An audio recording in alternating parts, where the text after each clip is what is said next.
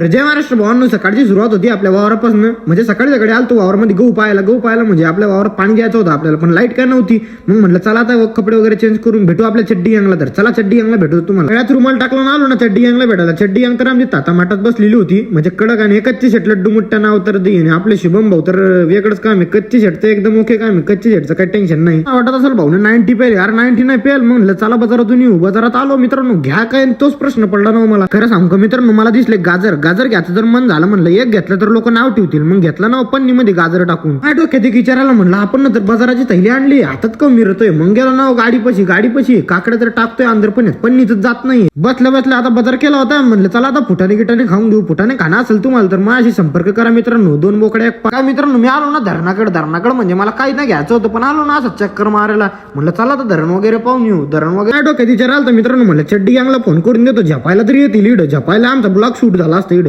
असे खुदले असते ना मित्रांनो चड्डी गँग आमची. तर विषय हार्ड आहे आमचं. काय भावांनो, निघलो ना 500च्या स्पीड न घरी. ते फक्त 500ची स्पीड माझ्यासाठी चालू केली आहे सरकारनं, तुमच्यासाठी नाही. तुमच्यासाठी स्पेशली गाणं वाजवतो तुम्ही एकदम खतरनाक. मग भावड्या दे दणका.